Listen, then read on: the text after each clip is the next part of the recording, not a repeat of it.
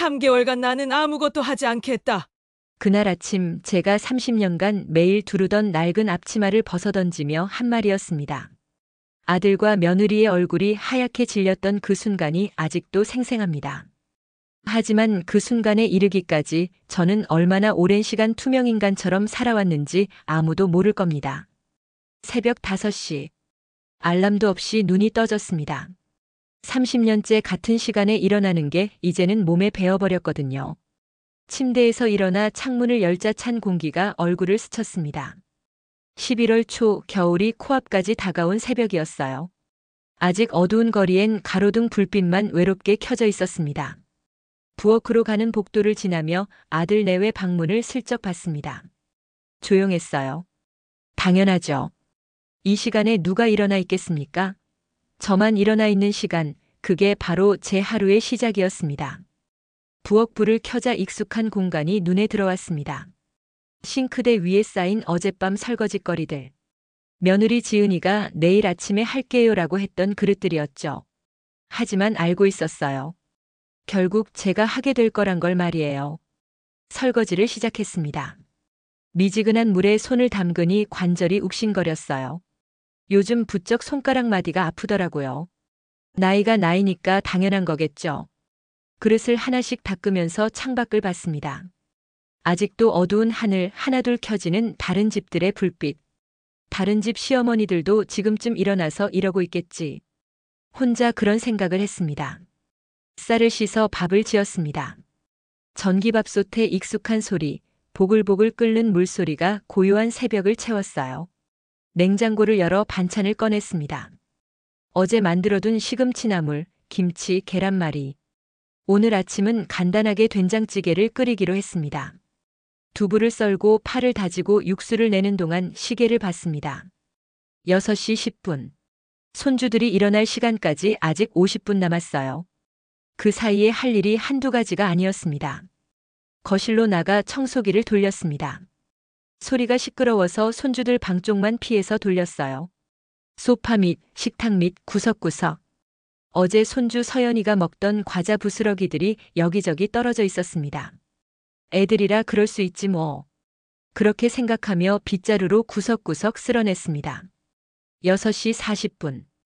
빨래를 돌렸습니다. 어제 쌓아뒀던 옷가지들, 손주들 교복, 아들 와이셔츠, 며느리 블라우스. 세제를 넣고 버튼을 누르는데 세탁기가 덜컹거리며 돌아갔습니다. 이 세탁기도 이제 10년은 됐을 텐데 아직 잘 돌아가네요. 주방으로 돌아가 도시락을 쌌습니다. 먼저 손주 서준이 도시락. 밥을 담고 반찬을 예쁘게 넣었습니다. 계란말이, 소시지, 브로콜리. 서준이가 브로콜리를 안 좋아하지만 몸에 좋으니까 조금이라도 먹으라고 넣어줬어요. 그 다음은 아들 민호 도시락. 양을 좀 더 넉넉하게 담았습니다. 요즘 야근이 많다고 하던데 제대로 먹어야 할 텐데 하는 마음에서요. 7시. 할머니.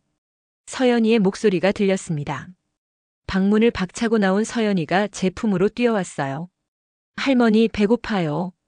그래, 우리 공주님. 이제 씻고 밥 먹자. 서연이의 손을 잡고 화장실로 데려갔습니다. 세수를 시키고 머리를 빗겨주고 옷을 입혔어요. 서연이는 가만히 있지를 않아서 옷 입히는 것도 한참 걸렸습니다. 할머니, 오늘 급식 뭐예요? 할머니가 어떻게 알아?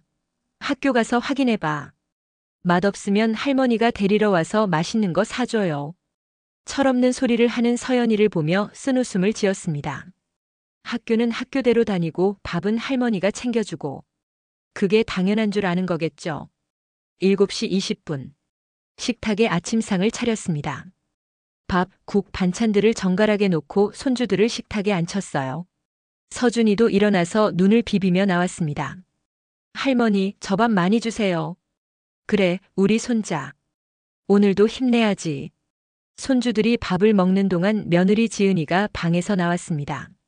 단정하게 화장을 하고 정장을 차려입은 모습이었어요. 어머니, 커피 있어요? 인사도 없이 하는 첫마디였습니다. 식탁에 차려진 아침은 쳐다보지도 않고요. 있어. 여기 따뜻한 거 끓여뒀어. 고마워요. 전 커피만 마시고 나갈게요. 아침 회의가 있어서요. 지은이는 커피를 종이컵에 담아들고 현관으로 향했습니다. 아, 어머니. 오늘 서연이 학원 픽업 5시까지예요. 서준이는 6시. 부탁드려요. 알았어. 대답은 했지만 가슴 한편이 무거웠습니다. 부탁이라는 말은 선택의 여지가 있을 때 쓰는 거잖아요. 하지만 이건 부탁이 아니라 당연한 의무처럼 느껴졌거든요. 아들 민호도 일어났습니다. 부스스한 머리에 눈곱을 떼며 식탁에 앉았어요. 엄마, 도시락 쌌어? 응. 여기 있어. 고마워요. 전 빨리 먹고 나가야 해서. 황급히 밥 몇 숟가락 떠먹고 도시락을 챙겨 나갔습니다. 잘 다녀오세요라고 말할 틈도 없이 문이 닫혔어요. 손주들만 남은 식탁에서 저도 밥을 먹었습니다. 혼자 먹는 밥은 언제나 맛이 없더라고요. 아침에 정성껏 끓인 된장찌개였지만 목구멍으로 넘어가질 않았습니다. 8시. 손주들을 학교에 보냈습니다. 현관까지 배웅하고 조심히 다녀와라고 말했지만 애들은 뛰어가느라 제 말을 들었는지 모르겠더라고요. 집안이 조용해졌습니다. 설거지를 다시 시작했습니다. 손주들이 먹다 남긴 밥그릇, 국그릇, 반찬 그릇들. 며느리가 마신 커피잔, 아들이 쓴 숟가락. 하나하나 닦으면서 물끄러미 거품을 바라봤어요. 정말이지 내가 지금 뭘 하고 있는 건지 모르겠다는 생각이 들었습니다. 부엌 창문 너머로 아파트 단지가 보였어요. 다른 집들도 비슷한 시간에 비슷한 일들이 벌어지고 있겠죠. 엄마들이 아침을 준비하고 아이들을 학교에 보내고 남편들이 출근하고 그렇게 돌아가는 일상. 하지만 저는 엄마가 아니라 할머니였어요. 시어머니였습니다. 당연히 해야 하는 사람. 해도 고맙다는 말을 듣지 못하는 사람. 나는 언제부터 투명인간이 됐을까? 혼잣말이 나왔습니다. 설거지를 마치고 걸레질을 했습니다. 거실 바닥, 복도, 화장실. 무릎을 꿇고 구석구석 닦다 보니 허리가 끊어질 것 같았어요. 그래도 멈추지 않았습니다. 오늘도 내일도 모레도 계속 해야 하는 일이니까요. 오후 2시. 빨래를 걷어개었습니다. 손주들 옷, 아들 와이셔츠, 며느리 블라우스. 하나하나 정성스럽게 개서 방에 넣어뒀어요.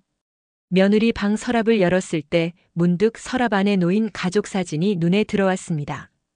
작년 추석에 찍은 사진이었어요. 아들 내외와 손주들만 찍은 사진. 저는 그 사진을 찍어준 사람이었습니다. 사진 속 4명은 밝게 웃고 있었지만 저는 그 안에 없었어요. 가슴이 먹먹해졌습니다. 오후 5시. 서연이 학원 픽업 시간이었습니다.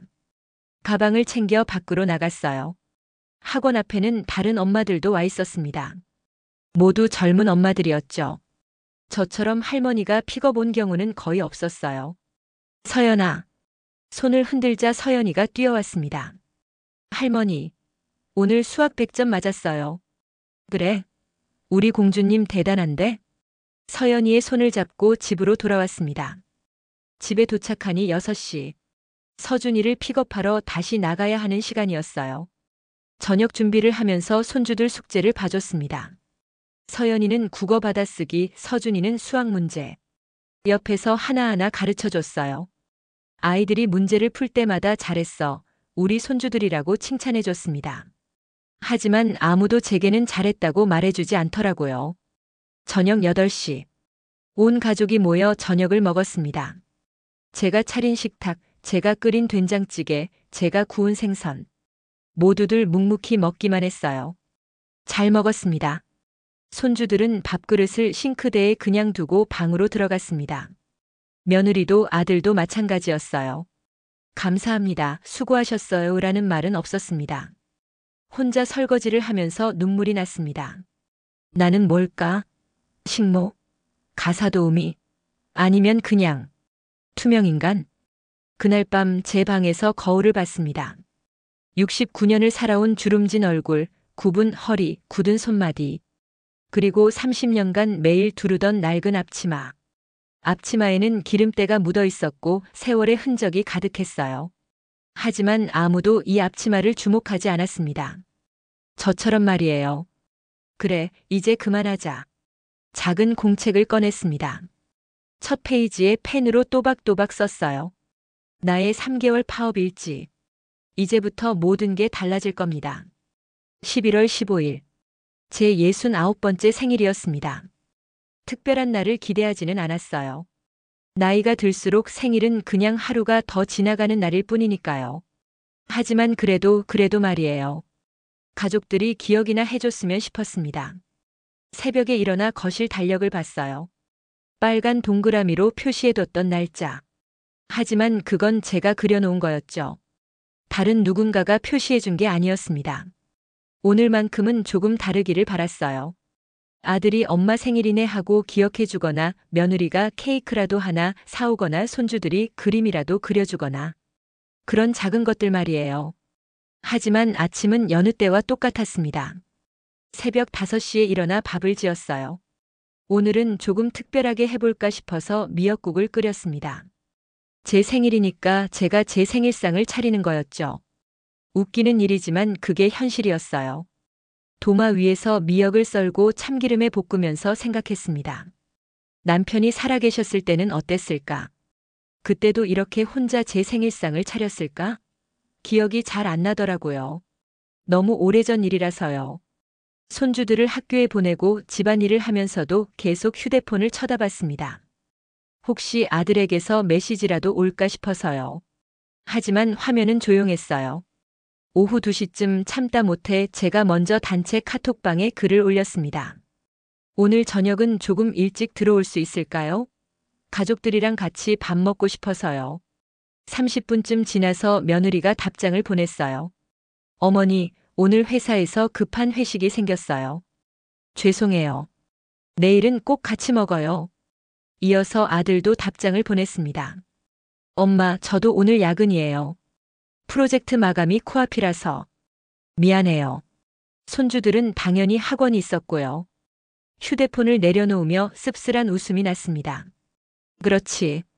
다들 바쁘지. 하지만 가슴 한편이 무너지는 것 같았어요. 그래도 저녁 준비는 해야 했습니다. 혹시 모르잖아요. 누군가 마음을 바꿔서 일찍 들어올지. 그런 희망을 품고 식탁을 차렸어요. 미역국, 갈비찜, 잡채, 전. 평소보다 훨씬 풍성한 상이었습니다. 제 생일상이니까요. 스스로를 위로하는 마음으로 하나하나 정성껏 만들었어요. 오후 5시. 서연이를 학원에서 데려왔습니다. 차 안에서 넌지시 물어봤어요. 서연아, 오늘이 무슨 날인지 아니? 서연이는 고개를 갸웃거렸습니다. 무슨 날인데요? 특별한 날이에요? 아니야. 그냥 물어본 거야. 가슴이 철렁 내려앉았습니다. 손주들도 모르는구나. 저녁 6시. 혼자 차린 식탁 앞에 앉았어요. 손주들은 방에서 숙제를 하고 있었고 아들과 며느리는 아직 오지 않았습니다. 미역국 한 그릇을 떠서 앞에 놓고 가만히 바라봤어요. 증기가 모락모락 올라오는 뜨거운 국. 예전에는 이 미역국을 먹으면서 1살 더 먹었네 하고 웃었었는데 지금은 그저 쓸쓸하기만 했습니다. 할머니, 뭐 먹어요? 서연이가 나와서 물었어요. 미역국 먹고 있어. 와, 맛있겠다. 저도 줘요. 그래, 같이 먹자. 서연이와 함께 밥을 먹었습니다. 손녀와 단둘이 먹는 저녁이었지만 그래도 혼자보단 나았어요. 서연이는 숟가락으로 미역국을 후후 불며 먹었습니다. 할머니, 왜 오늘 미역국 끓였어요? 평소엔 안 그러잖아요. 응. 그냥 먹고 싶어서. 오늘이 할머니 생일이야라는 말이 목구멍까지 올라왔지만 삼켰습니다. 아이에게 미안한 마음을 안겨주고 싶지 않았거든요. 저녁 8시. 서준이가 학원에서 돌아왔어요. 현관문을 열고 들어오더니 신발도 제대로 벗지 않고 방으로 들어갔습니다. 서준아, 밥 먹어라. 할머니, 저 배불러요. 학원에서 떡볶이 먹었어요. 방문이 닫혔습니다. 혼자 식탁에 남았어요. 정성껏 차린 음식들이 그대로 남아 있었습니다. 갈비찜에 김이 식어가고 잡채가 굳어가고 전이 차가워지고 있었어요. 이걸 왜 만들었을까? 후회가 밀려왔습니다. 저녁 10시. 아들 민호가 집에 들어왔어요. 피곤한 얼굴로 넥타이를 풀면서 거실로 들어왔습니다. 엄마, 저녁 먹었어요? 응. 너는? 저도 회사에서 먹었어요. 야근하다가 배달시켜서 식탁을 보더니 눈을 동그랗게 떴어요. 엄마, 이거 왜 이렇게 많이 차렸어요? 그냥 가족들이랑 같이 먹고 싶어서. 아, 그랬구나. 근데 전 배불러서 못 먹겠어요. 내일 아침에 먹을게요. 민호는 방으로 들어갔습니다. 혼자 남은 식탁. 정성껏 만든 음식들을 하나씩 냉장고에 넣었어요. 랩으로 싸고 통에 담고 정리하면서 눈물이 났습니다. 억지로 참으려고 했지만 멈출 수가 없었어요. 밤 11시. 며느리 지은이가 집에 도착했습니다. 술 냄새를 풍기며 비틀거리면서 들어왔어요. 어머니, 아직 안 주무셨어요? 응. 이제 자려고. 회식이 길어졌어요. 피곤해 죽겠네. 먼저 들어가요. 지은이도 방으로 들어갔습니다. 모두가 잠든 집. 저만 홀로 거실에 남았어요. 식탁에 놓인 미역국을 봤습니다. 이미 차갑게 식어버린 국. 아침에 끓였던 그 뜨거운 김이 무색하게 이제는 차가운 냉국이 되어 있었어요. 국그릇을 들고 한 숟가락 떠먹었습니다. 차갑고 짜고 쓸쓸했어요. 혼자서 제 생일 미역국을 먹으면서 눈물을 흘렸습니다. 소리내서 울고 싶었지만 꾹 참았어요. 가족들이 들을까 봐서요. 69년을 살았는데 이게 뭐람. 한심한 기분이 들었습니다. 제 자신에게요. 다음 날 아침. 여느 때처럼 새벽 5시에 일어났어요. 아무 일도 없었다는 듯이 아침 준비를 했습니다. 어제 남은 반찬들을 다시 식탁에 내놨어요. 며느리 지은이가 제일 먼저 일어나서 커피를 마시러 나왔습니다. 어머니, 어제 무슨 날이었나요? 특별한 날이었어요? 단도직입적으로 묻더라고요. 어제 식탁에 음식이 많았던 게 신경 쓰였나 봅니다. 아무 날도 아니었어. 그렇게 대답했습니다. 그래요? 근데 왜 그렇게 많이 차리셨어요? 그냥 그런 기분이 들어서.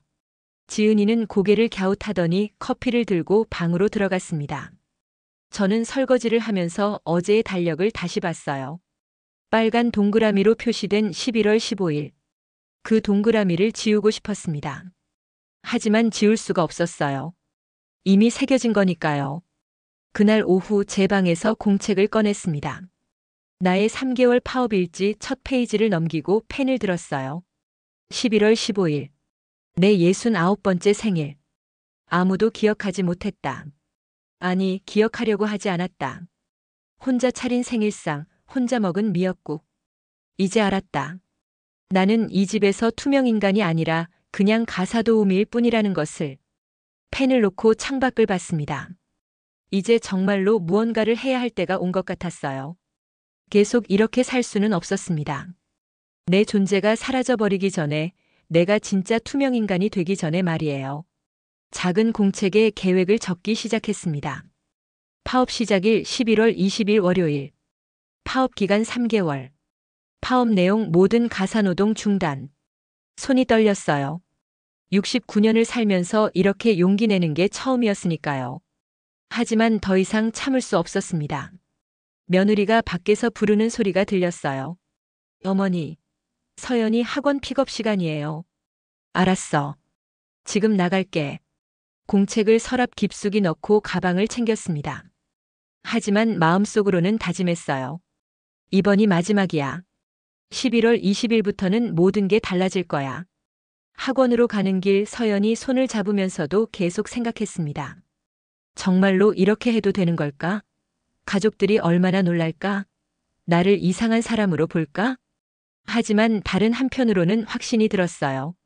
이건 제 마지막 선물이 될 거라고. 가족들에게요. 그들이 진짜 어른이 되게 하는, 그들이 저를 다시 보게 만드는 마지막 기회 말이에요. 11월 20일. 그날이 오면 30년간 입었던 이 낡은 앞치마를 벗어던질 겁니다. 그리고 당당하게 말할 거예요. 3개월간 나는 아무것도 하지 않겠다. 11월 20일 월요일. 새벽 5시 알람 없이 눈이 떠졌습니다.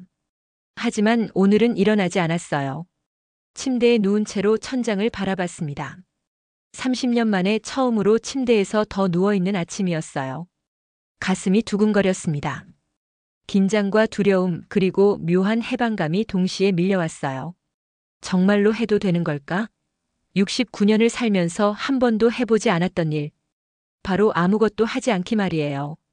시계를 봤습니다. 5시 30분. 평소 같으면 벌써 부엌에서 밥 짓는 소리가 들렸을 시간이었죠. 하지만 오늘은 집안이 조용했습니다. 6시. 복도에서 발소리가 들렸어요. 며느리 지은이가 일어난 모양이었습니다.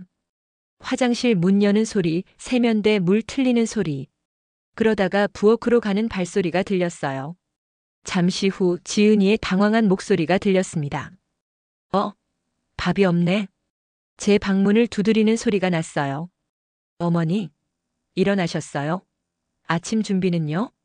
아직 안 일어났어. 침대에 누운 채로 대답했습니다. 어머니, 괜찮으세요? 어디 아프세요? 아니, 안 아파. 그럼 왜 안 일어나세요? 애들 학교 가야 하는데. 오늘부터 안 일어날 거야. 문 밖이 조용해졌어요. 지은이가 당황한 게 느껴졌습니다. 무슨 말씀이세요? 말 그대로야. 오늘부터 나는 아침 준비 안 해. 어머니, 농담이시죠? 아니, 더 이상 대답하지 않았습니다. 지은이의 발소리가 멀어지더니 아들을 깨우는 소리가 들렸어요. 여보, 여보, 큰일 났어. 왜? 무슨 일이야? 어머니가 오늘 아침 준비 안 하신대. 뭐? 아프신가? 아니, 그냥 안 하신대. 복도에서 웅성거리는 소리가 들렸습니다. 아들도 제 방문을 두드렸어요. 엄마, 어디 불편하세요? 아니, 괜찮아. 그럼 왜 아침 준비를 안 하셔요?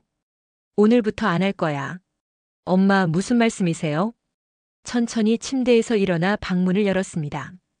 문 밖에는 아들과 며느리가 당황한 얼굴로 서 있었어요. 옷장에서 평소 입던 옷을 꺼내 입었습니다. 하지만 앞치마는 걸치지 않았어요. 30년간 매일 아침 두르던 그 낡은 앞치마를 말이에요. 거실로 나갔습니다. 식탁은 텅 비어 있었고 부엌은 어두웠어요. 아무것도 준비되어 있지 않았습니다. 소파에 앉았어요. 아들과 며느리가 저를 멍하니 쳐다봤습니다. 엄마, 정말로 아침 준비 안 하실 거예요? 민호가 조심스럽게 물었어요. 응, 안 해. 왜요? 오늘부터 3개월간 나는 아무것도 하지 않을 거야. 지은이의 눈이 커졌습니다. 3개월요? 무슨 말씀이세요? 천천히 입을 열었어요. 밥도 안 짓고 청소도 안 하고 빨래도 안 하고 도시락도 안 싸줘. 손주들 학원 픽업도 안 하고. 3개월간 아무것도 안 해. 어머니, 농담이시죠? 진담이야. 부엌으로 가서 옷장 뒤에 걸어뒀던 낡은 앞치마를 꺼냈습니다. 30년간 입었던 그 앞치마.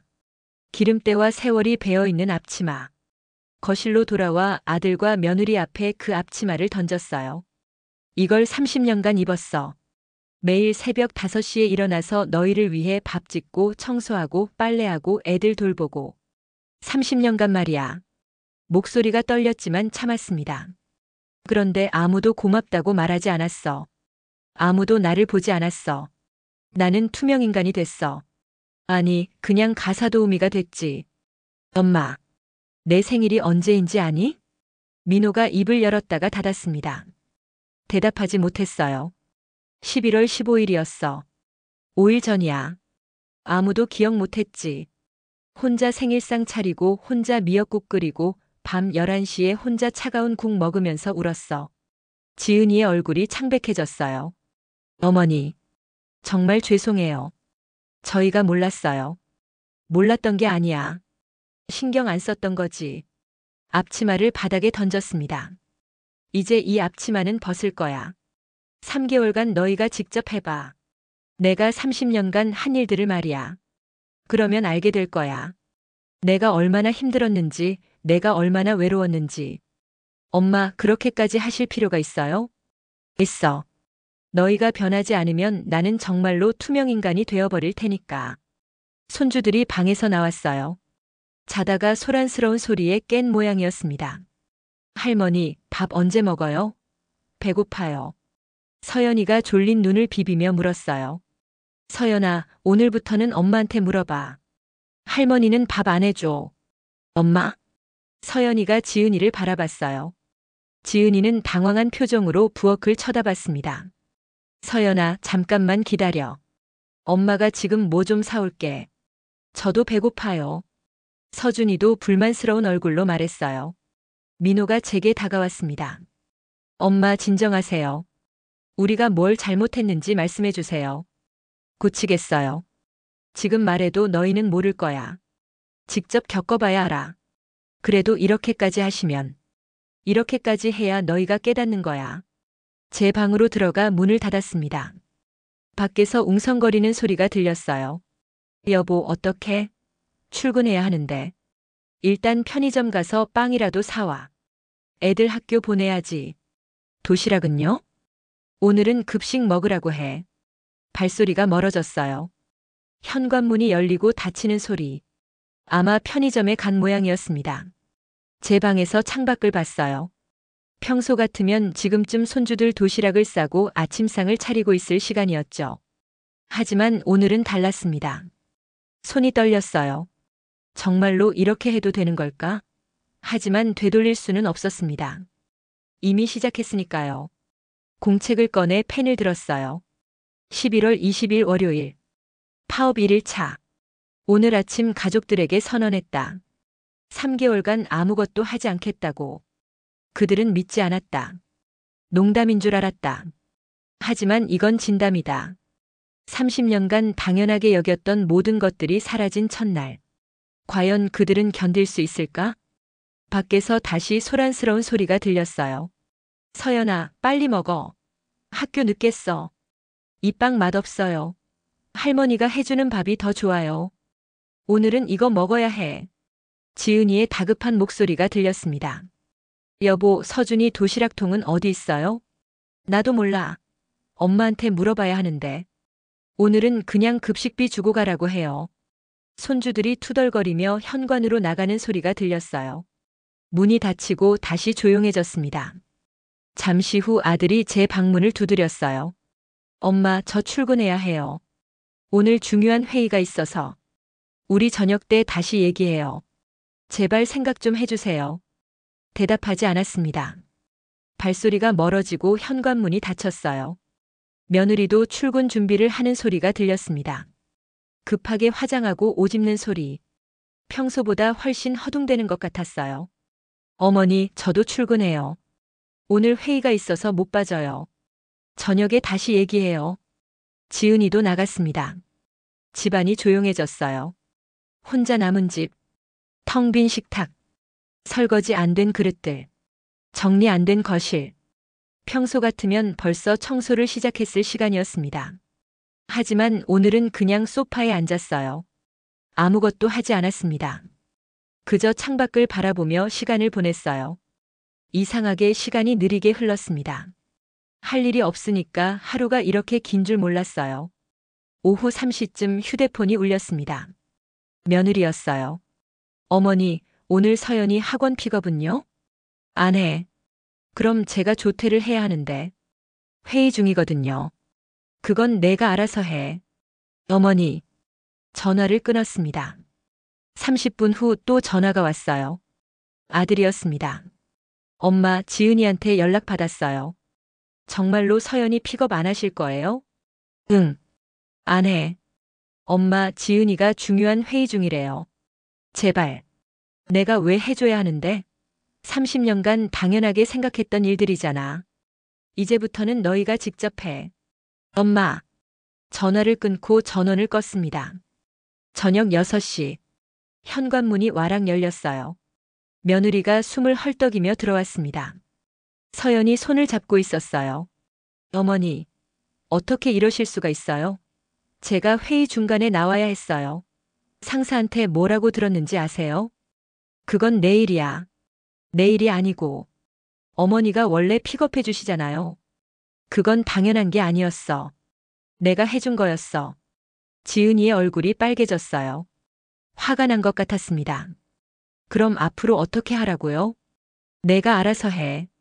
3개월간 나는 안 해줄 거니까. 정말 미치겠네. 지은이가 방으로 들어가며 문을 쾅 닫았습니다. 서연이가 저를 올려다봤어요. 눈에 눈물이 그렁그렁했습니다. 할머니, 왜 이래요? 할머니가 싫어요. 그 말이 가슴에 꽂혔습니다. 하지만 참았어요. 서연아, 할머니가 미안해. 하지만 이해해줘. 할머니도 힘들어. 서연이는 방으로 뛰어들어갔어요. 혼자 거실에 남았습니다. 아들이 퇴근해서 들어왔을 때는 이미 밤 8시였어요. 피곤한 얼굴로 거실을 둘러보더니 한숨을 쉬었습니다. 엄마, 저녁은요? 몰라. 내가 알아서 먹어. 엄마, 정말 이러실 거예요? 응. 3개월간. 민호는 더 이상 말하지 않고 방으로 들어갔어요. 그날 밤 가족들은 배달 음식으로 저녁을 먹었습니다. 치킨과 피자. 설거지는 싱크대에 그대로 쌓여 있었어요. 제 방에서 그 광경을 지켜봤습니다. 파업 첫날. 생각보다 힘들었어요. 손주들의 원망스러운 눈빛, 며느리의 화난 표정, 아들의 한숨. 모두가 제게 실망한 것 같았습니다. 하지만 돌아갈 수는 없었어요. 이제 시작일 뿐이니까요. 공책에 마지막 문장을 적었습니다. 첫날은 혼란스러웠다. 하지만 나는 끝까지 해낼 것이다. 3개월 후 그들이 변해 있기를 바라면서. 파업 1주차. 가족들은 생각보다 잘 버티는 것 같았어요. 아침은 편의점 빵과 우유로 때우고 점심은 회사와 학교 급식으로 먹고 저녁은 배달 음식을 시켜 먹었습니다. 치킨, 피자, 족발, 중국 음식. 매일 다른 메뉴였어요. 손주들은 오히려 좋아하는 것 같았습니다. 배달 음식이 할머니 밥보다 맛있다면서요. 제 방에서 그 모습을 지켜봤습니다. 식탁에 둘러앉아 치킨을 뜯어먹는 가족들. 웃고 떠들고 즐거워 보였어요. 이러다가 3개월이 금방 지나가는 거 아닐까? 불안한 마음이 들었습니다. 혹시 제 계획이 실패하는 건 아닐까? 하지만 곧 알게 됐어요. 그건 첫 주뿐이라는 걸 말이에요. 파업 8일째 월요일. 며느리 지은이가 새벽에 일어나는 소리가 들렸습니다. 시계를 보니 4시였어요. 평소보다 1시간 반이나 빨리 일어난 거였죠. 부엌에서 부산스러운 소리가 났습니다. 냄비 부딪히는 소리, 물 끓는 소리. 지은이가 아침 준비를 하는 모양이었어요. 30분쯤 지나자 탄 냄새가 났습니다. 급하게 달려가는 발소리, 환풍기 돌아가는 소리. 아, 진짜. 왜 이렇게 타는 거야? 지은이의 짜증 섞인 목소리가 들렸어요. 조금 있다가 아들이 일어나는 소리가 났습니다. 여보, 무슨 냄새야? 계란 좀 태웠어. 괜찮아. 괜찮긴 뭐가 괜찮아. 집안이 연기자욱한데. 그럼 당신이 해봐. 나도 처음 해보는 거라고. 부부싸움 소리가 들렸습니다. 손주들이 일어났어요. 엄마, 무슨 냄새예요? 역겨워요. 서연아, 그냥 참아. 엄마가 처음 해보는 거야. 할머니 밥이 더 좋아요. 할머니한테 해달라고 하면 안 돼요? 안 돼. 할머니는 지금 쉬시는 중이야. 식탁에 앉는 소리가 들렸어요. 하지만 금방 불만의 목소리가 터져 나왔습니다. 이건 뭐예요? 밥이 설익었어요. 그래도 먹어야지. 다른 거 없어. 싫어요. 안 먹을 거예요. 서준아, 지금 엄마한테 대들 때가 아니야. 아들이 화를 내는 소리가 들렸어요. 하지만 곧 한숨 소리가 이어졌습니다. 여보, 이거 정말 못 먹겠어. 밥도 설익고 국도 짜고. 그럼 당신이 해봐. 나도 못하잖아. 결국 그날 아침도 편의점 빵으로 때웠습니다. 제 방 문틈으로 살짝 내다봤어요. 지은이는 부엌에서 고개를 숙인 채 서 있었습니다. 어깨가 들썩이는 게 우는 것 같았어요. 마음이 약해지려는 순간 고개를 저었습니다. 아니야. 아직 시작일 뿐이야. 견뎌야 해. 파업 2주차. 집안이 변하기 시작했습니다. 거실 바닥에는 과자 부스러기와 먼지가 쌓였어요. 소파 위에는 벗어놓은 옷들이 산처럼 쌓였고 식탁에는 설거지 안 된 그릇들이 그대로 있었습니다. 화장실 세면대는 치약 자국과 머리카락으로 지저분했고 변기에는 때가 끼기 시작했어요. 손주들 방은 더 심각했습니다. 교과서와 장난감이 바닥에 널려 있고 옷은 아무렇게나 던져져 있었어요. 며느리가 주말에 청소를 하려고 했습니다. 청소기를 꺼내 돌렸는데 5분도 안 돼서 멈췄어요. 아, 진짜 못하겠어. 너무 피곤해. 소파에 주저앉아 한숨을 쉬었습니다. 아들도 시도했어요. 걸레질을 하려고 무릎을 꿇고 바닥을 닦다가 갑자기 허리를 부여잡았습니다. 아, 허리. 여보, 괜찮아? 허리를 삐끗한 것 같아. 어떡해. 병원 가야 하는 거 아니야? 민호는 거우 일어나서 소파에 누웠어요. 얼굴이 일그러져 있었습니다. 엄마가 이렇게 힘든 일을 매일 하신 거야? 중얼거리는 소리가 들렸어요. 저는 제 방에서 공책을 펼쳤습니다. 파업 2주차. 집안이 난장판이 되기 시작했다. 며느리는 매일 새벽 4시에 일어나지만 아침 준비에 실패한다. 아들은 청소하다가 허리를 다쳤다. 손주들은 불평불만이 가득하다. 하지만 아직 진심으로 사과하지는 않았다. 파업 3주차. 손주들의 태도가 달라지기 시작했습니다. 서연이가 학교에서 돌아와 제 방문을 두드렸어요. 할머니. 작은 목소리였습니다. 왜? 할머니, 학교에서 도시락 검사했는데요. 제 도시락에는 반찬이 없었어요. 엄마가 김밥만 넣어줬거든요. 그래서? 친구들이 다 도시락 예쁘게 싸왔는데 저만. 선생님이 물어보셨어요. 엄마가 아프시냐고. 서연이의 목소리가 떨렸어요. 할머니, 다시 도시락 싸주면 안 돼요? 제발. 가슴이 아팠습니다. 하지만 고개를 저었어요. 안 돼. 할머니는 3개월간 안 할 거야. 왜요? 할머니가 저 싫어하게 된 거예요? 아니야. 할머니는 너희를 사랑해. 하지만 엄마 아빠가 배워야 할 게 있어. 그게 뭔데요? 나중에 알게 될 거야. 서연이는 울먹이며 방으로 돌아갔습니다. 혼자 남아서 눈물을 닦았어요. 손주들에게 미안했습니다. 하지만 돌아설 수는 없었어요. 서준이도 달라졌습니다. 학원에서 돌아온 서준이가 허겁지겁 라면을 끓여 먹고 있었어요. 엄마 아빠가 모두 늦는 날이었거든요. 부엌을 지나가다 보니 서준이가 라면을 흘리며 먹고 있었습니다. 입 주변이 온통 국물 자국이었어요. 서준아, 천천히 먹어. 할머니, 배고파요. 아침에 빵만 먹었거든요. 엄마가 저녁 준비 안 했어? 엄마는 회사에서 야근이래요. 아빠도 늦는데요. 혼자 라면 먹는 12살 아이. 평소 같으면 제가 저녁을 차려줬을 텐데. 마음이 약해졌습니다. 하지만 참았어요. 서준아, 조금만 참아줘. 할머니도 힘들어. 할머니, 우리가 뭘 잘못한 거예요? 너희는 잘못한 게 없어. 어른들이 배워야 하는 거야. 서준이는 더 이상 묻지 않고 라면을 다 먹고 방으로 들어갔습니다. 그날 밤 민호와 지은이가 집에 들어왔을 때는 이미 밤 10시였어요. 둘 다 녹초가 된 얼굴이었습니다. 여보, 애들 저녁은? 서준이가 라면 끓여 먹었대. 라면? 혼자? 어쩔 수 없잖아. 우리 둘 다 회사에서 못 빠져나왔는데. 미안해. 내가 일찍 들어올 걸 그랬나 봐. 당신 탓하는 거 아니야. 그냥. 엄마가 계셨으면 이러지 않았을 텐데. 침묵이 흘렀습니다. 여보, 엄마한테 사과하는 게 어때? 뭐라고 사과해? 우리가 뭘 잘못했는데? 그게 우리가 엄마한테 너무 당연하게 대했던 것 같아. 그래도 이렇게까지 하실 필요가 있나? 3개월이나. 엄마도 이유가 있으실 거야. 내일 다시 얘기해보자. 오늘은 너무 피곤해. 파업 4주차. 토요일 오후 경로당 친구 오키가 집에 찾아왔습니다. 순자야. 어떻게 지내? 오키야. 들어와. 오키는 주변을 둘러보더니 눈을 크게 떴어요.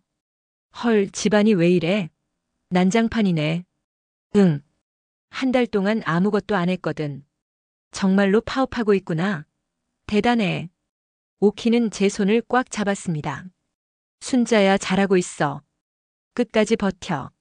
우리도 응원할게. 고마워. 근데 생각보다 힘드네. 힘들지. 손주들 보면 마음 약해지고 그렇잖아. 맞아. 어제는 서연이가 울면서 도시락 싸달라고 했어. 거절하는 게 너무 힘들더라. 거기서 무너지면 안 돼. 지금까지 한 게 다 물거품이야. 오키가 단호하게 말했어요. 너 혼자만 이런 거 아니야. 우리 경로당 할머니들 다 비슷해. 며느리한테 아들한테 당연하게 여겨지고 투명인간 되고. 그러니까 내가 이기는 걸 보고 싶어. 우리 모두를 위해서. 고마워, 오키야. 3개월 꼭 버텨. 알았지? 응. 버틸게. 오키가 돌아간 후 다시 힘이 났습니다. 그날 저녁 민호가 제 방문을 두드렸어요. 엄마, 들어가도 돼요? 응. 민호는 조심스럽게 방으로 들어왔습니다. 제 맞은편에 앉더니 한참을 말이 없었어요. 엄마. 한 달 동안 정말 힘들었어요. 그래. 매일 아침 설익은 밥 먹고 저녁은 배달 음식 먹고 집안은 난장판이고 회사에서도 집중이 안 돼요. 그게 내가 30년간 한 일이야. 알았어요. 이제 알았어요. 민호의 눈이 붉어졌습니다. 엄마가 얼마나 힘드셨는지. 한 달만 해봤는데도 이렇게 힘든데 30년을. 정말 죄송해요, 엄마. 진심이니? 네. 진심이에요. 지은이도 매일 울어요. 자기가 너무 철없었다고. 엄마한테 미안하다고. 그래도 나는 3개월은 채울 거야. 왜요? 우리 이미 알았잖아요. 아니. 아직 몸으로 느끼지 못했어. 한 달은 시작일 뿐이야. 3개월을 채워야 진짜 알게 돼. 민호는 더 이상 말하지 못하고 방을 나갔습니다. 혼자 남아서 공책을 펼쳤어요. 파업 1개월 차. 그들이 조금씩 변하고 있다. 아들이 처음으로 죄송하다고 말했다. 며느리도 운다고 한다. 손주들은 할머니의 빈자리를 느끼고 있다. 하지만 아직 끝이 아니다. 진짜 변화는 지금부터다. 2개월, 3개월을 버텨야 한다. 창밖을 봤습니다. 달이 밝았어요. 저 달처럼 제 마음도 밝아졌으면 좋겠다는 생각이 들었습니다. 1개월이 지났지만 아직 2개월이 남았어요. 길고 긴 싸움이었습니다. 가족과의 싸움이 아니라 제 자신과의 싸움. 마음 약해지지 않으려는 싸움. 하지만 해낼 수 있을 것 같았어요. 오키의 응원도 있고 아들의 변화도 보이고 조금씩이지만 가족들이 깨닫고 있으니까요. 조금만 더 버티자. 스스로에게 다짐했습니다. 토요일 아침이었습니다. 며느리 지은이가 평소보다 일찍 일어났어요. 창문 너머로 보니 청소 도구를 꺼내고 있었습니다. 여보, 오늘은 제대로 청소 좀 하자. 이렇게 살 수가 없어. 알았어. 내가 거실할게. 부부가 청소를 시작했습니다. 청소기 돌아가는 소리, 물 틀리는 소리. 한 달 만에 제대로 된 청소였어요. 제 방에서 그 소리를 들으며 가만히 앉아 있었습니다. 청소하고 싶은 마음이 굴뚝 같았지만 참았어요. 1시간쯤 지나자 지은이가 제 방문을 두드렸습니다. 어머니, 방 청소 좀 하고 싶은데요. 잠깐 거실에 계실 수 있으세요? 내 방은 안 해도 돼. 아니에요. 한 달 넘게 청소를 못했잖아요. 먼지도 쌓였을 거고. 됐다니까. 내 방은 내가 알아서 해. 어머니, 나가줘. 지은이는 한숨을 쉬고 물러났습니다. 하지만 30분쯤 지나자 다시 문을 두드렸어요. 어머니, 죄송한데요. 화장실 청소하려면 어머니 방 화장실도 해야 해서요. 잠깐만 나와 계시면 안 될까요? 생각해보니 화장실은 제가 쓰는 공간이지만 집안 전체와 연결되어 있었죠. 알았어. 10분만. 거실로 나갔습니다. 소파에 앉아 TV를 보는 척했지만 사실은 제 방이 신경 쓰였어요. 지은이가 무얼 볼까봐 걱정이 됐거든요.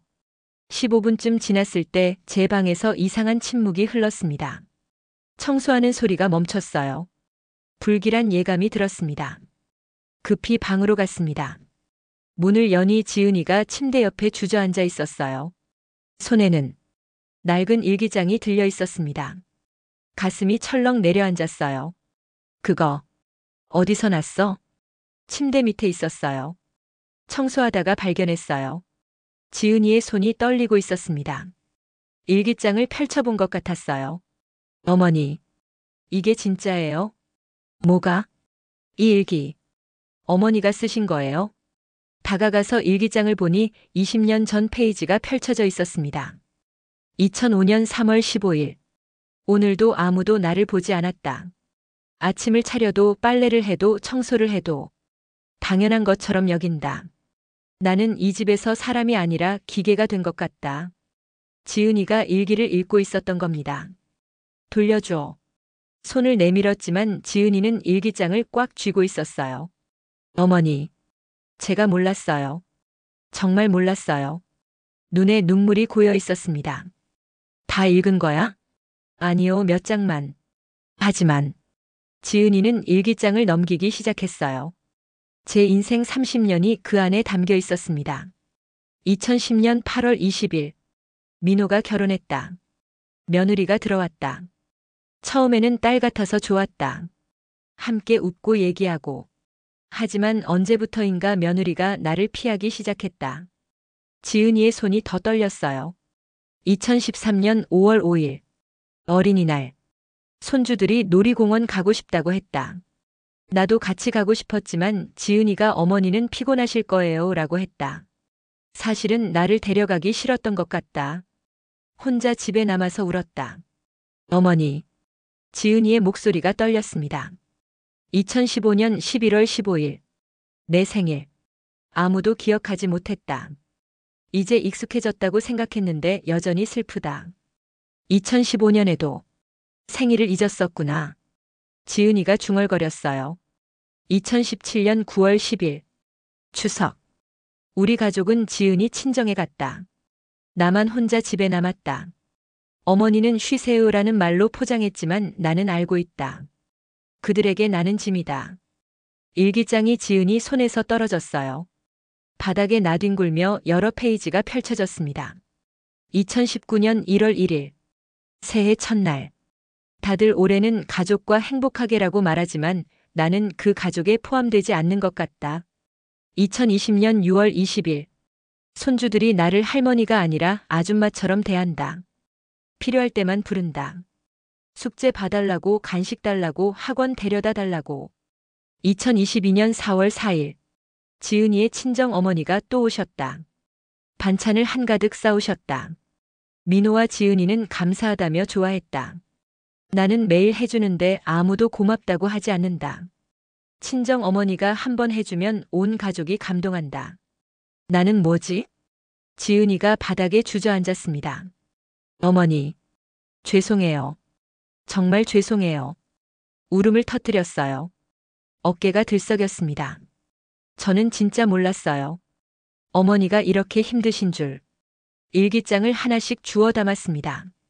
30년의 기록. 하루하루의 외로움, 서러움, 그리움. 일기는 쓰는 사람이 마음 아픈 걸 담는 곳이야. 어머니, 그래도 읽었으니 됐어. 이제 알겠지? 내가 왜 파업했는지. 지은이는 고개를 들어 저를 봤어요. 눈이 퉁퉁 부어 있었습니다. 어머니, 제가 정말 못됐어요. 어머니를 사람으로 본 게 아니라 그냥 편리한 존재로만 봤어요. 알고 있었어. 제 엄마한테만 잘했어요. 제 엄마는 일주일에 한 번만 반찬 싸주셔도 감동했는데 어머니는 매일 해주시는데도 당연하게 여겼어요. 맞아. 명절에도 어머니를 빼고 제 친정에만 갔어요. 어머니도 가족인데. 지은이가 손으로 얼굴을 가렸어요. 제가 진짜 나쁜 사람이에요. 어머니를 투명인간으로 만든 건 저였어요. 너 혼자만의 잘못은 아니야. 민호도 손주들도 다 마찬가지였어. 하지만 제가 제일 심했어요. 제가 며느리니까 더 신경 썼어야 했는데. 일어나서 제 손을 잡았어요. 어머니, 정말 죄송해요. 제발 용서해 주세요. 손을 가만히 잡고 있었습니다. 따뜻했어요. 용서는 3개월 후에 생각해 볼게. 3개월을 꼭 채우셔야 해요? 응. 너희가 진짜로 변했는지 확인해야 하니까. 지은이가 고개를 끄덕였습니다. 알겠어요. 기다릴게요. 그리고 정말 변할게요. 거실로 나가니 민호가 청소를 하다 멈춰 서 있었어요. 지은이가 우는 소리를 들었나 봅니다. 무슨 일이에요? 지은이가 일기장을 민호에게 건넸어요. 여보, 이거 좀 봐. 이게 뭔데? 어머니 일기장. 30년 동안 쓰신. 민호가 일기장을 펼쳤습니다. 첫 장부터 읽기 시작했어요. 표정이 점점 굳어졌습니다. 엄마, 이게. 읽어봐. 내가 얼마나 철없었는지 알게 될 거야. 민호는 소파에 앉아 일기를 읽기 시작했어요. 한 장, 두 장, 세 장. 넘기면 넘길수록 얼굴이 창백해졌습니다. 손주들도 방에서 나왔어요. 아빠, 뭐 봐요? 할머니 일기장이야. 저희도 볼 수 있어요? 안 돼. 이건 어른들이 봐야 할 거야. 민호는 일기를 다 읽고 나서 한참을 말이 없었습니다. 고개를 숙이고 있었어요. 어깨가 떨리는 게 우는 것 같았습니다. 엄마, 죄송해요. 작은 목소리였습니다. 제가 얼마나 나쁜 아들이었는지 이제 알았어요. 이제 알면 됐어. 엄마가 매일 혼자 울고 계셨다는 걸. 생일도 혼자 보내고 명절도 혼자 보내고 저는 몰랐어요. 아니, 모른 척 했어요. 일기장을 꽉 쥐었어요. 이 일기장 제가 보관해도 될까요? 절대 잊지 않으려고요. 따져. 민호는 일기장을 가슴에 안았습니다. 그날 저녁 가족 회의가 열렸어요. 민호와 지은이 그리고 손주들까지 모두 거실에 모였습니다. 서준아, 서연아. 너희한테 할 말이 있어. 민호가 아이들에게 말했어요. 할머니가 우리 가족을 위해 30년간 얼마나 힘든 일을 하셨는지 아니? 아이들은 고개를 갸웃했습니다. 모르겠어요. 매일 새벽 5시에 일어나서 밥하시고 청소하시고 빨래하시고 너희 학교 보내시고 학원 데려다 주시고 숙제 봐주시고 30년간 하루도 쉬지 않고 하셨어. 할머니가 원래 그러시는 거 아니에요? 서연이가 물었어요. 아니야. 원래 그런 게 아니야. 할머니가 우리를 사랑해서 해주신 거야. 그런데 우리는 아빠도 엄마도 너희들도 고맙다는 말 한 번 안 했어. 저희가요? 응. 당연하게 여겼어. 할머니는 아프지도 않고 피곤하지도 않고 언제나 우리를 돌봐주는 사람인 줄 알았어. 하지만 그게 아니었어. 지은이가 아이들에게 다가갔어요. 서준아, 서연아. 엄마가 한 달 동안 해봤는데 정말 힘들더라. 아침에 밥하는 것도 도시락 싸는 것도 청소하는 것도. 할머니는 그걸 30년간 하셨어. 할머니 대단하시네요. 서준이가 중얼거렸어요. 그래서 우리 할머니한테 사과하려고 해. 제대로. 가족들이 모두 제 방문 앞에 섰습니다. 민호가 문을 두드렸어요. 엄마, 들어가도 돼요? 응. 4명이 방으로 들어왔습니다. 모두 눈이 빨갛게 부어 있었어요. 엄마. 민호가 무릎을 꿇었습니다. 정말 죄송해요. 제가 나쁜 아들이었어요. 지은이도 무릎을 꿇었어요. 어머니, 저도 죄송해요. 제가 못된 며느리였어요. 손주들도 따라서 무릎을 꿇었습니다. 할머니, 저희도 미안해요. 4명이 고개를 숙이고 있었어요. 가슴이 뭉클했습니다. 하지만 아직은 아니었어요. 일어나. 엄마. 일어나라고. 무릎 꿇는다고 해결되는 게 아니야. 그럼. 진짜 변한 모습을 보여줘. 3개월 후에. 민호가 고개를 들었어요. 꼭 그래야 해요? 응. 지금은 일기 읽고 감동받은 거야. 시간이 지나면 또 잊어버릴 거야. 그러니까 3개월을 채워. 몸으로 기억해. 가족들은 천천히 일어났습니다. 알겠어요, 엄마. 3개월 끝까지 기다릴게요. 그리고 정말 변할게요. 그날 밤 혼자 남아서 창밖을 봤습니다. 일기장이 발견된 건 예상 밖이었어요.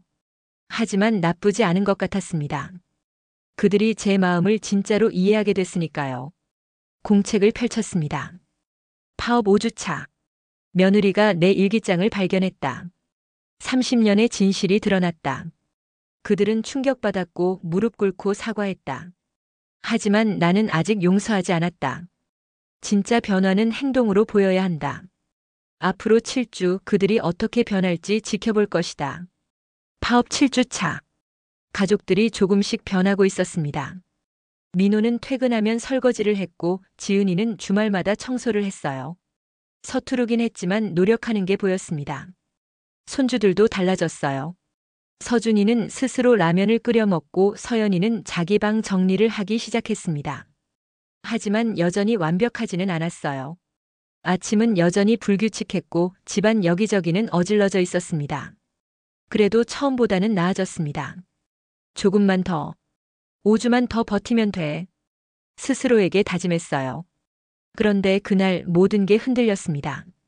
수요일 오후 4시 30분. 휴대폰이 울렸어요. 며느리 지은이었습니다. 어머니, 죄송한데요. 오늘 갑자기 임원 회의가 잡혔어요. 5시까지 서연이 픽업을. 정말 안 되실까요? 안 돼. 어머니, 제발요. 이번 회의 정말 중요해요. 제가 빠지면 큰일 나요. 그건 내일이야. 나는 3개월 파업 중이야. 어머니, 전화를 끊었습니다. 마음이 불편했어요. 손주 걱정이 됐거든요. 하지만 여기서 무너지면 지금까지 한 게 다 물거품이 된다고 생각했습니다. 5시 10분.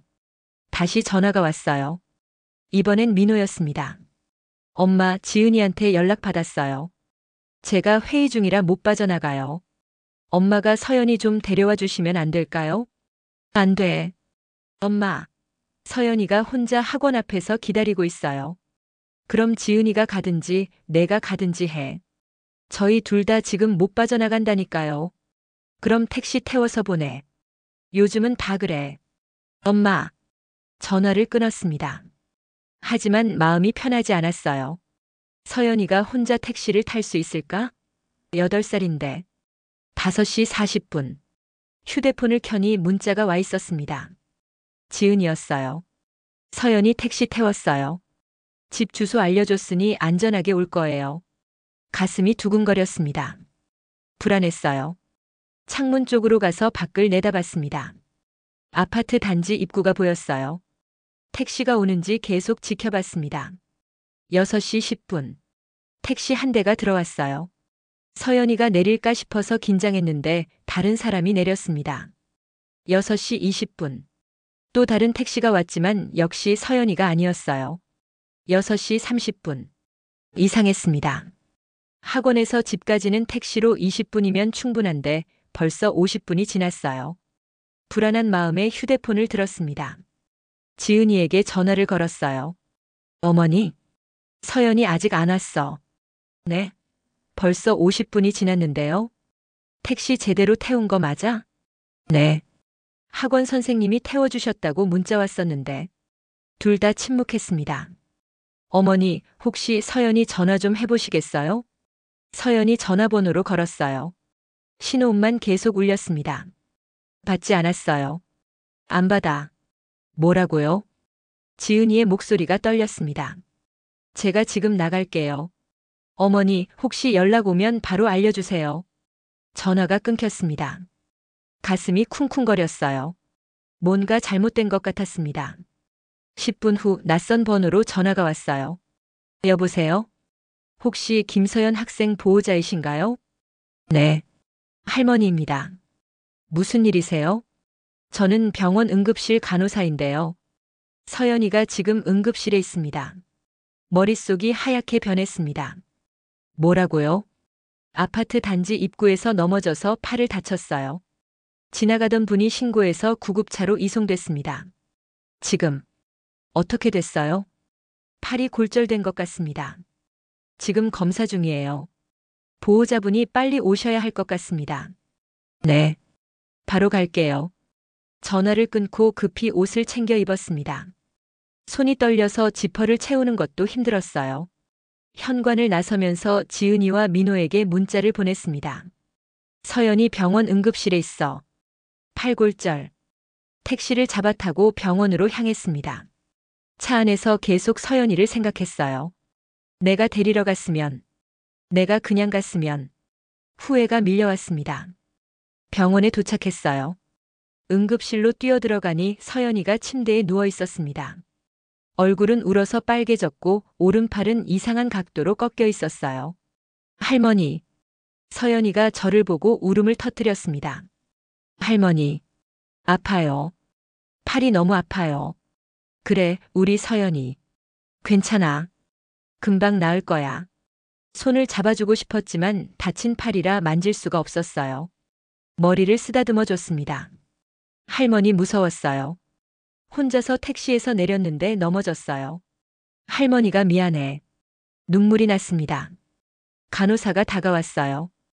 보호자이세요? 네. 할머니입니다. 지금 엑스레이 찍으러 가야 하는데요.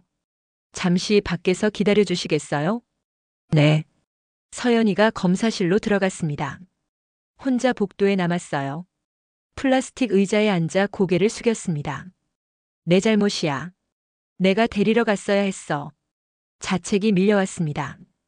15분쯤 지나자 지은이가 헐레벌떡 뛰어왔어요. 얼굴이 창백했습니다. 어머니, 서연이는요? 어디 있어요? 지금 엑스레이 찍고 있어. 어떻게 된 거예요? 어떻게 넘어진 거예요? 택시에서 내리다가 넘어진 것 같아. 지은이가 주저앉았습니다. 제 잘못이에요. 제가 데리러 갔어야 했어요. 손으로 얼굴을 가리고 울었어요. 제가 회의가 중요하다고. 8살짜리 혼자 택시 태워서.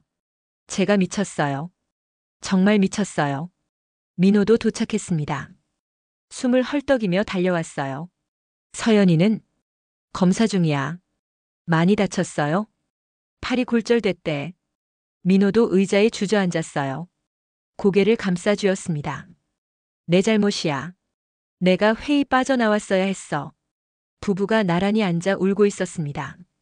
저는 그 모습을 보며 가슴이 무너지는 것 같았어요. 내 탓이야. 내가 고집 부리지 않았으면. 잠시 후 서연이가 검사실에서 나왔습니다. 여전히 울고 있었어요. 엄마, 서연아. 지은이가 달려가서 서연이를 안았습니다. 엄마 미안해. 엄마가 미안해. 엄마 아파요. 팔이 너무 아파요. 의사 선생님이 나왔어요. 보호자이신가요? 네, 엄마입니다. 요골골절이에요. 깁스하면 6주 정도 걸릴 겁니다. 6주요. 다행히 수술까지는 필요 없어요. 하지만 한동안 조심하셔야 해요. 네, 알겠습니다. 깁스를 하는 동안 서연이가 계속 울었어요. 아프고 무섭고 그랬을 겁니다. 저는 치료실 밖에서 그 소리를 들었습니다. 가슴이 찢어지는 것 같았어요. 깁스가 끝나고 서연이가 나왔을 때 오른팔이 하얗게 깁스로 감겨 있었습니다. 할머니. 응, 우리 서연이. 이제 괜찮아. 할머니가 데리러 왔으면 안 다쳤을 텐데. 그 말에 숨이 막혔습니다. 지은이가 고개를 들어 저를 봤어요. 눈물 범벅인 얼굴이었습니다. 어머니, 시어머니가 계셨다면 이런 일은 없었을 텐데. 민호도 저를 바라봤습니다. 엄마 제발, 제발 돌아와 주세요. 병원 복도에서 민호가 무릎을 꿇었어요. 엄마 잘못했어요. 제발 용서해 주세요. 다시는 이런 일 없게 할게요. 지은이도 무릎을 꿇었습니다. 어머니, 저도 정말 잘못했어요. 제발 다시 돌아와 주세요. 주변 사람들이 쳐다봤어요. 병원 복도에서 무릎 꿇은 부부. 가슴이 미어졌습니다. 돌아가고 싶었어요. 서연이를 안아주고 싶었고 가족들을 용서하고 싶었어요. 하지만 일어나. 엄마. 일어나라고. 제발요 엄마. 아직 3개월이 안 됐어. 민호의 얼굴이 일그러졌습니다. 엄마. 서연이가 다쳤어요. 이 상황에서도요? 미안해. 하지만 아직은 안 돼. 뒤돌아섰습니다.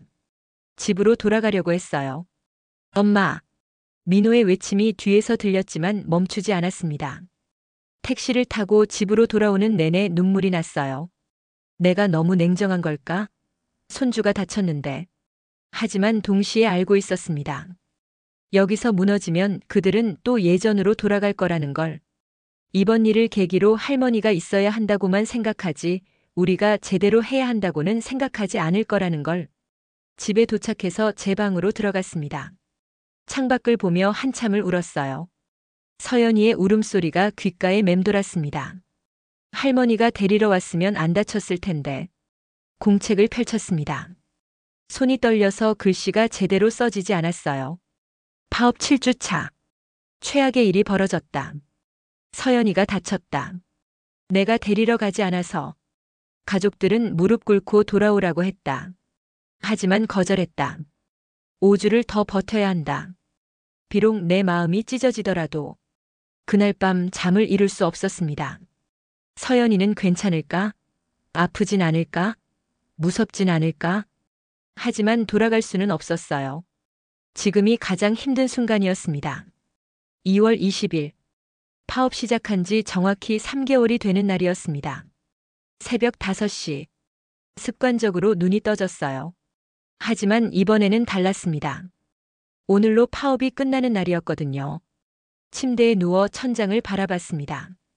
지난 3개월이 주마등처럼 스쳐 지나갔어요. 낡은 앞치마를 던지며 선언했던 그날. 가족들의 당황한 표정. 난장판이 된 집안. 며느리가 발견한 일기장. 서연이의 사고. 병원 복도에서 무릎 꿇었던 아들. 모든 순간이 생생했습니다. 창밖을 봤어요. 어둠이 서서히 걷히고 있었습니다. 새로운 하루가 시작되고 있었어요. 오늘 모든 게 끝나는 날. 아니, 새로 시작되는 날이었습니다. 6시쯤 복도에서 소리가 들렸어요. 발소리, 속삭이는 소리. 뭔가 부산스러웠습니다. 잠시 후 부엌에서 냄새가 났어요. 무언가 끓는 냄새. 된장찌개 같았습니다. 지은이가 요리하나 보네. 제 방 문 쪽에서 인기척이 느껴졌습니다. 하지만 노크는 하지 않았어요. 그냥 문 밖에서 서성이는 것 같았습니다. 7시. 조심스럽게 문을 열어봤습니다. 그 순간 눈을 의심했어요. 제 방문 앞에 온 가족이 무릎을 꿇고 앉아 있었습니다. 민호, 지은이, 서준이, 서연이. 4명 모두 단정하게 옷을 입고 고개를 숙이고 있었어요. 엄마. 민호가 먼저 입을 열었습니다. 오늘로 정확히 3개월입니다.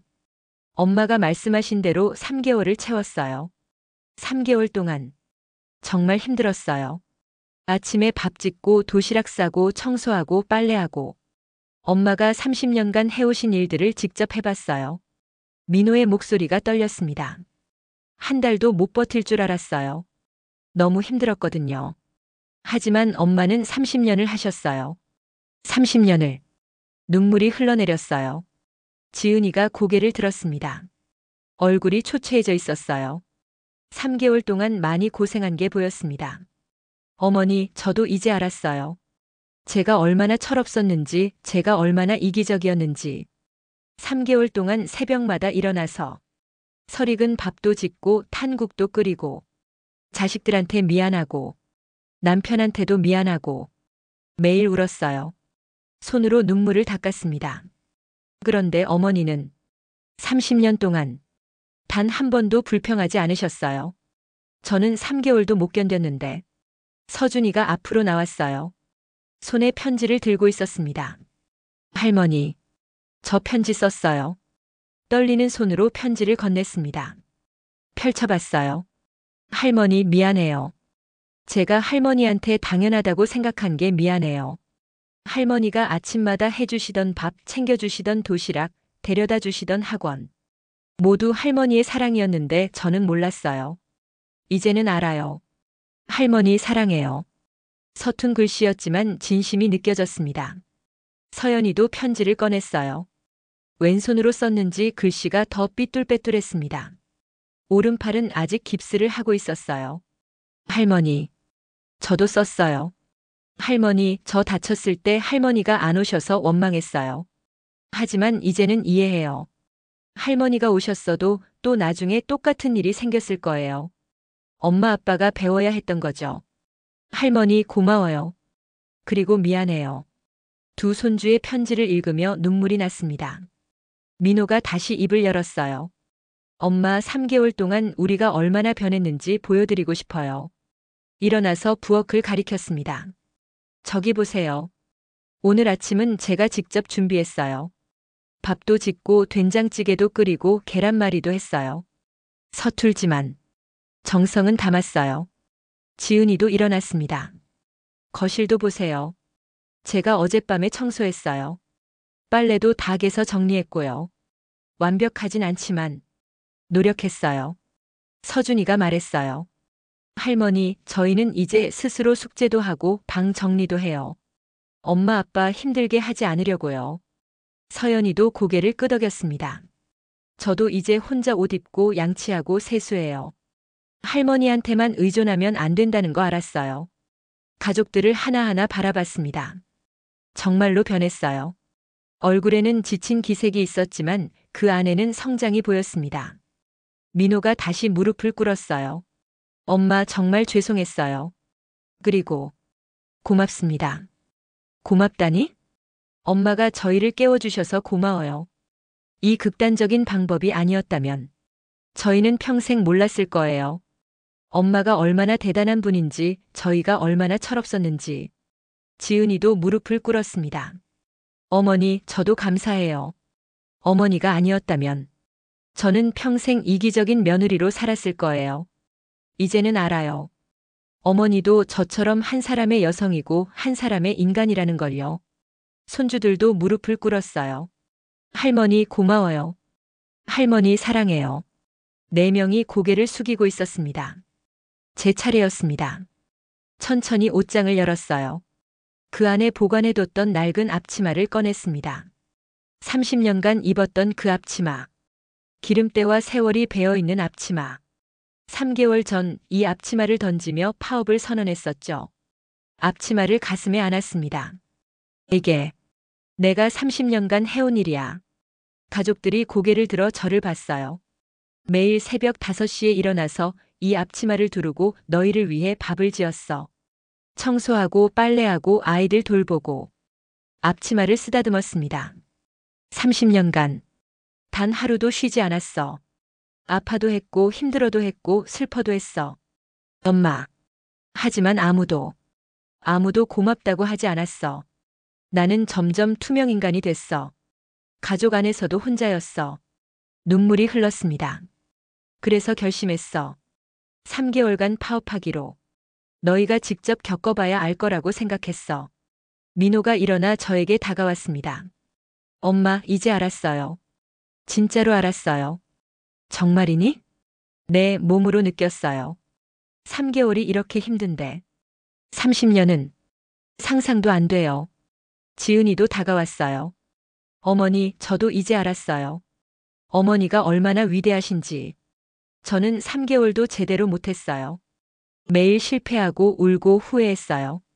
손주들도 다가와서 제 손을 잡았습니다. 할머니 정말 대단하세요. 할머니 사랑해요. 4명이 저를 둘러싸고 있었어요. 가슴이 뭉클했습니다. 3개월의 외로움, 서러움, 고통. 모든 게 이 순간을 위한 거였습니다. 민호가 조심스럽게 물었어요. 엄마, 이제 용서해 주실 수 있으세요? 한참을 침묵했습니다. 용서는 이미 했어. 정말이에요? 응. 너희가 3개월 동안 노력하는 모습을 봤어. 서툴지만 최선을 다하는 모습을. 그게 진심이라는 걸 알았어. 민호가 저를 안았습니다. 엄마 고마워요. 정말 고마워요. 지은이도 안았어요. 어머니 사랑해요. 손주들도 달려들었습니다. 할머니. 온 가족이 하나로 뭉쳤습니다. 울고 웃고 안고. 얼마나 시간이 지났을까요? 천천히 떨어져 나왔습니다. 그런데 말이야. 네, 엄마. 이제부터는 달라져야 해. 물론이죠. 나 혼자 하는 게 아니라 우리 모두 함께 해야 해. 알았지? 네. 앞으로는 역할을 나눠서 할게요. 민호가 말했어요. 제가 주말 청소는 할게요. 그리고 평일 저녁 설거지도요. 지은이가 말했습니다. 저는 주중 아침 준비랑 저녁 준비할게요. 어머니한테 배우면서요. 서준이가 말했어요. 저는 제 방 청소하고 설거지 도와드릴게요. 서연이도 손을 들었습니다. 저는 빨래 개는 거 도와드릴게요. 모두가 자기 역할을 말했습니다. 웃음이 났어요. 좋아. 그럼 이제부터 우리 함께 하자. 네. 부엌으로 갔습니다. 민호가 차려놓은 아침상이 있었어요. 밥은 조금 설이 걷고 된장찌개는 약간 짰고 계란말이는 모양이 어설펐습니다. 하지만 정성이 담겨 있었어요. 엄마 맛없으면 솔직히 말씀해 주세요. 다음엔 더 잘할게요. 한 숟가락 떠먹었습니다. 맛있어. 정말요? 응, 정말 맛있어. 사랑이 들어가서 그래. 온 가족이 식탁에 둘러앉았습니다. 3개월 만에 처음으로 함께 먹는 아침이었어요. 밥을 먹으면서 이야기꽃이 피었습니다. 웃음소리가 집안을 가득 채웠어요. 할머니, 이제 앞치마 다시 입으세요. 서연이가 말했어요. 고개를 저었습니다.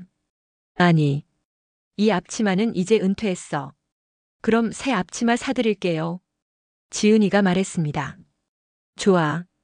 하지만 나만 입는 게 아니야. 너희도 다 앞치마 하나씩 있어야 해. 네. 민호가 말했어요. 가족 앞치마 맞춰 입는 거 어때요? 똑같은 디자인으로? 좋은데? 그럼 우리 5명 커플로? 아니, 가족룩이죠. 모두가 웃었습니다. 식사를 마치고 설거지를 했어요. 이번에는 혼자가 아니었습니다. 민호가 물을 받고 지은이가 그릇을 닦고 서준이가 물기를 닦고 서연이가 정리했어요. 저는 옆에서 지켜봤습니다. 그릇은 이렇게 닦는 거야.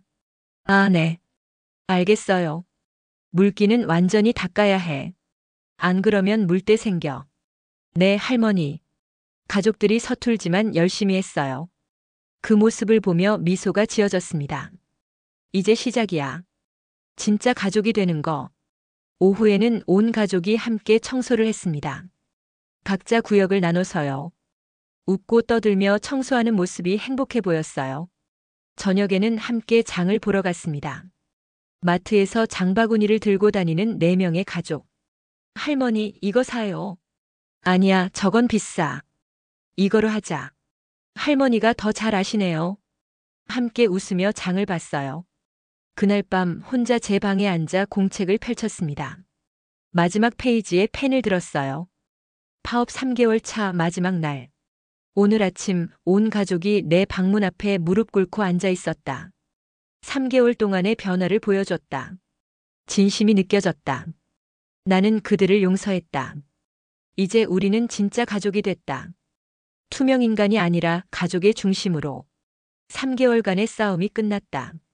하지만 새로운 시작이다. 함께하는 가족의 시작. 공책을 덮었습니다. 창밖을 봤어요. 달이 밝았습니다. 3개월 전 이달을 보며 외로웠던 제 모습이 떠올랐어요. 하지만 이제는 달라졌습니다. 혼자가 아니었어요. 가족이 있었습니다. 진짜 가족이. 6개월 후. 8월의 어느 토요일 아침이었습니다. 새벽 6시. 알람 소리에 눈을 떴어요. 예전처럼 새벽 5시는 아니었습니다. 이제는 조금 더 여유롭게 일어났거든요. 침대에서 일어나 창문을 열었습니다. 따뜻한 여름 공기가 들어왔어요. 새들이 지저귀는 소리가 들렸습니다. 옷장을 열고 앞치마를 꺼냈어요. 하지만 낡은 앞치마가 아니었습니다. 6개월 전 온 가족이 함께 고른 새 앞치마였죠. 하늘색 바탕에 작은 꽃무늬가 있는 예쁜 앞치마. 뒷면에는 수놓아진 글씨가 있었어요. 세상에서 가장 멋진 할머니. 민호와 지은이 손주들이 함께 고른 문구였습니다. 앞치마를 두르고 거울을 봤어요. 6개월 전보다 얼굴이 밝아 보였습니다. 웃는 일이 많아져서 그런가 봐요. 부엌으로 나가니 이미 누군가 먼저 와 있었어요. 며느리 지은이었습니다. 역시 앞치마를 두르고 있었어요. 연두색 앞치마에 사랑하는 며느리라고 수놓아져 있었습니다. 어머니, 일찍 일어나셨네요. 응. 너도 일찍 일어났네? 오늘 온 가족이 함께 아침 만들기로 했잖아요. 그랬죠. 요즘 우리 가족은 매주 토요일 아침마다 함께 요리를 했습니다. 각자 역할을 나눠서요. 누군가 혼자 하는 게 아니라 모두 함께. 잠시 후 민호도 나왔어요. 남색 앞치마를 두르고 있었습니다. 세상 최고의 아들이라고 적혀 있었어요. 엄마, 오늘은 뭐 만들어요? 김치찌개 어때? 손주들이 좋아하잖아. 좋아요. 제가 재료 준비할게요. 민호가 냉장고를 열어 김치와 돼지고기를 꺼냈습니다. 6개월 전에는 냉장고에 뭐가 있는지도 몰랐던 사람이었는데 이제는 척척 찾아내더라고요. 손주들도 일어나서 나왔어요. 서준이는 노란색 앞치마, 서연이는 분홍색 앞치마를 두르고 있었습니다. 서연이의 오른팔은 이제 깁스가 다 풀렸어요. 가끔 아프다고는 했지만 거의 회복됐습니다. 할머니, 저희는 뭐 하면 돼요? 서준이는 밥 씻어줄래? 서연이는 식탁 정리 좀 하고. 네. 5명이 각자의 역할을 시작했습니다. 민호는 김치찌개 재료를 썰고 지은이는 반찬을 준비하고 서준이는 쌀을 씻고 서연이는 식탁을 닦았어요. 저는 국 끓이는 걸 지도했습니다. 지은아, 김치는 조금 더 볶아야 해. 그래야 맛이 깊어져. 네, 어머니. 민호야, 고기는 너무 크게 썰지 마. 적당히 해야 국물에 잘 익어. 알겠어요, 엄마. 부엌이 활기로 가득 찼어요. 웃음소리, 대화소리, 냄비소리. 모든 게 조화로웠습니다. 예전에는 혼자서 조용히 요리했었는데 이제는 함께 떠들며 요리했어요. 외롭지 않았습니다. 할머니, 계란말이도 만들까요? 서준이가 물었어요. 좋지. 서준이가 할 수 있겠어? 네. 할머니가 가르쳐 주신 대로 해볼게요. 서준이가 계란을 깨서 풀기 시작했습니다. 처음엔 서툴렀는데 이제는 제법이더라고요. 서연이는 식탁에 수저를 하나하나 놓으며 노래를 불렀어요. 랄랄라 할머니랑 아침 만들기. 그 모습을 보며 미소가 지어졌습니다.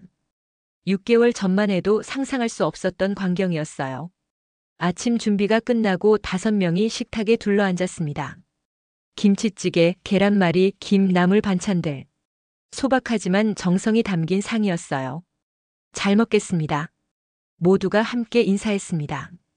엄마, 오늘 찌개 정말 맛있네요. 내가 한 게 아니야. 우리가 함께 만든 거지. 맞아요. 가족이 함께 만들어서 더 맛있는 것 같아요.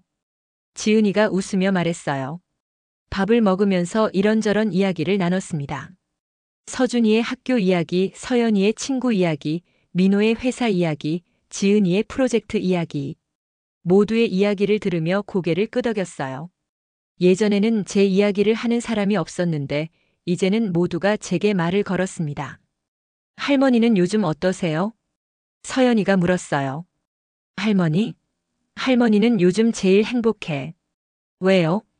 너희랑 함께 있으니까. 저희도 할머니랑 함께 있어서 행복해요. 식사를 마치고 설거지를 했습니다. 이번에도 함께였어요. 민호가 그릇을 모으고 지은이가 씻고 서준이가 물기를 닦고 서연이가 정리했습니다. 저는 옆에서 지켜보며 가끔 조언을 해줬어요. 그릇은 뜨거운 물로 헹궈야 기름기가 잘 빠져. 네, 알겠어요. 설거지가 끝나고 거실에서 휴식을 취했습니다. 민호가 커피를 타왔어요. 2잔이었습니다. 하나는 제 것. 엄마, 커피 드세요. 고마워. 따뜻한 커피를 마시며 창밖을 봤습니다. 여름 햇살이 밝았어요. 아파트 단지의 나무들이 푸르렀습니다. 6개월 전 같은 창문을 보며 외로워했던 기억이 났어요. 하지만 이제는 달랐습니다. 엄마, 뭐 생각하세요? 민호가 옆에 앉으며 물었어요. 6개월 전 생각. 아, 파업하시던 때요? 응. 그때 정말 힘들었죠? 응. 너희도 힘들었지만 나도 힘들었어. 특히 서연이 다쳤을 때. 정말 마음이 찢어지는 것 같았어. 민호가 고개를 숙였습니다. 죄송해요, 엄마. 그때 우리가 너무 철없었어요. 이제 와서 사과할 필요 없어. 너희는 충분히 변했어. 정말요? 응. 매일 느껴. 너희가 진심으로 노력한다는 걸. 민호의 눈가가 붉어졌어요. 엄마. 고마워요. 그리고 사랑해요. 나도 사랑해. 지은이가 다가왔습니다.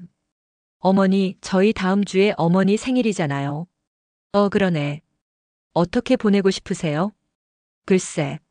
너희랑 함께 있으면 그걸로 충분해. 아니에요. 제대로 축하해드려야죠. 작년에. 아니, 지난 몇 년간 너무 소홀히 했잖아요. 지은이의 얼굴에 미안함이 어렸어요. 어머니, 제가 케이크 예약할게요. 그리고 외식하러 가요. 어머니 좋아하시는 한정식 집으로. 그래? 그럼 고맙지. 할머니, 저희도 선물 준비할게요. 손주들이 달려왔습니다. 그래, 고마워. 온 가족이 제 생일을 준비하는 모습. 작년 이맘때를 생각하면 꿈만 같았습니다. 작년엔 혼자 미역국 끓이고 밤 11시에 혼자 식어버린 국을 먹으며 울었었는데 이제는 가족이 함께 축하해준다니. 오후에는 온 가족이 함께 공원에 산책을 나갔습니다. 민호가 제 팔을 잡아줬어요. 엄마, 천천히 가세요. 응. 서연이가 제 다른 팔을 잡았습니다. 할머니, 저도 잡아드릴게요. 양옆에서 부축을 받으며 걸었어요. 따뜻했습니다. 공원 벤치에 앉아 쉬는데 지은이가 아이스크림을 사왔어요. 어머니, 드세요. 고마워. 5명이 나란히 앉아 아이스크림을 먹었습니다.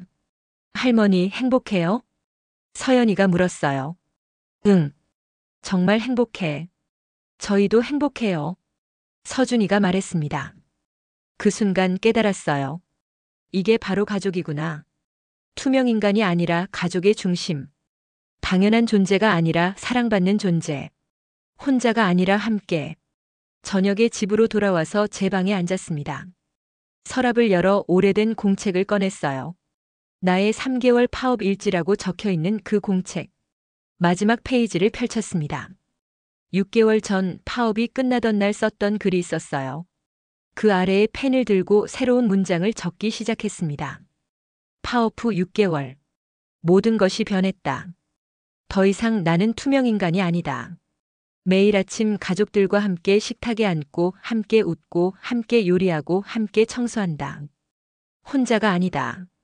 외롭지 않다. 69년을 살면서 가장 용기 있는 결정을 했다. 3개월간의 파업. 그 시간이 우리 가족을 바꿨다. 아니, 구했다. 민호는 진짜 어른이 됐다. 지은이는 진짜 며느리가 됐다. 손주들도 성장했다.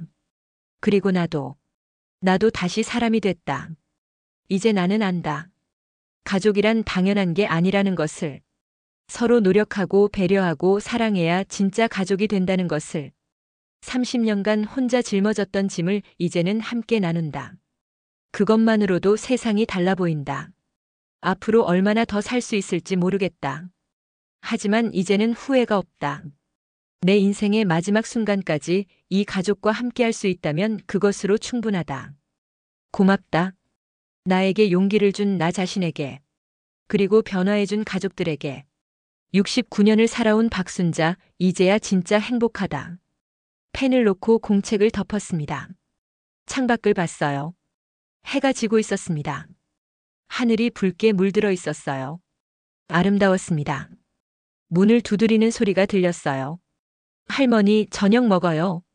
서연이의 목소리였습니다. 지금 갈게. 일어나서 거울을 한 번 더 봤습니다. 69세의 얼굴. 주름이 많고 머리카락도 희끗희끗했지만 눈빛만은 반짝였어요. 더 이상 투명 인간의 눈빛이 아니었습니다.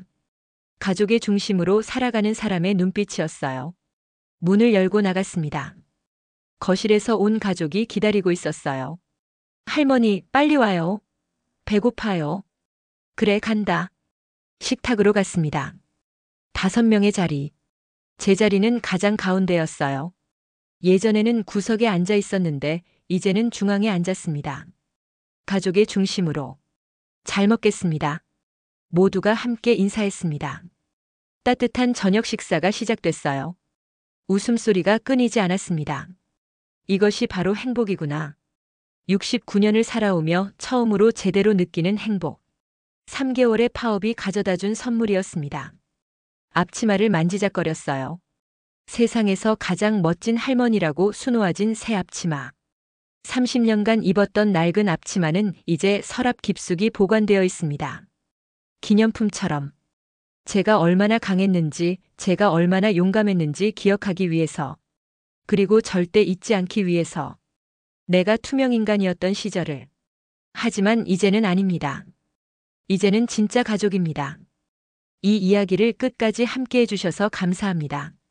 우리 모두의 어머니, 할머니, 그리고 보이지 않는 곳에서 헌신하시는 모든 분들께 이 이야기를 바칩니다.